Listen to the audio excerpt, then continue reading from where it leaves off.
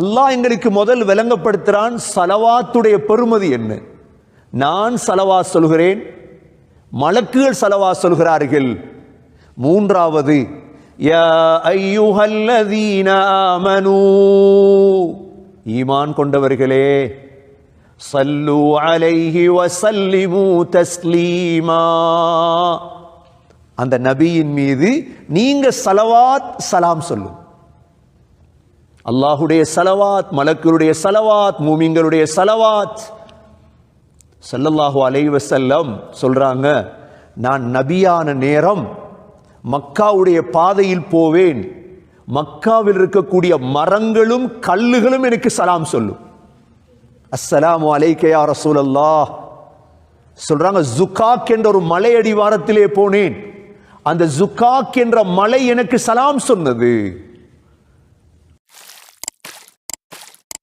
கண்ணியமிக்க சகோதரர்களே, வாழ்க்கை பூர்த்தியாக ஸலவாத் சொல்லலாம் ஸல்லல்லாஹு அலைஹி வஸல்லம் மீது, வாழ்க்கை பூர்த்தியாக. நாங்க நபி அவங்களுக்கு செய்ய வேண்டிய ஆகப்பெரிய கடமை சகோதரர்களே, இஸ்லாத்தை பத்தி தான் எங்களுக்கு பேச கிடைக்குது இல்லை, பேச விட மாட்டாங்க, சந்தர்ப்பம் தர மாட்டாங்க இஸ்லாத்தை பத்தி பேசுறதுக்கு. ஸலவாத் சொல்லலாம். நபி ஸல்லல்லாஹு அலைஹி வஸல்லம் ஒரு தடவை சுபஹ தொழுதுட்டு சஹாபாக்கள்கிட்ட சொன்னாங்க, சஹாபாக்களே, ஒரு மனிதன் ஒரு மாட்டுக்கு மேலே ஏறி மாட்டுக்கு அடித்து வெள்ளாண்மையில வேலை செய்தான். உடனே மாடு பேசியது அவனோடு. நபி அவங்க சொல்றாங்க, மாடு பேசியது, மனிதனே, எனக்கு மேலே நீ ஏறுறதுக்கு நான் படைக்கப்படவில்லை, நான் படைக்கப்பட்டது வேளாண்மையில் வேலை செய்வதற்கு. சொன்னாங்க ஸல்லல்லாஹு அலைஹி வஸல்லம், இதை நான் நம்புறேன், அபூபக்கர் நம்புறார், உமர் நம்புறார்.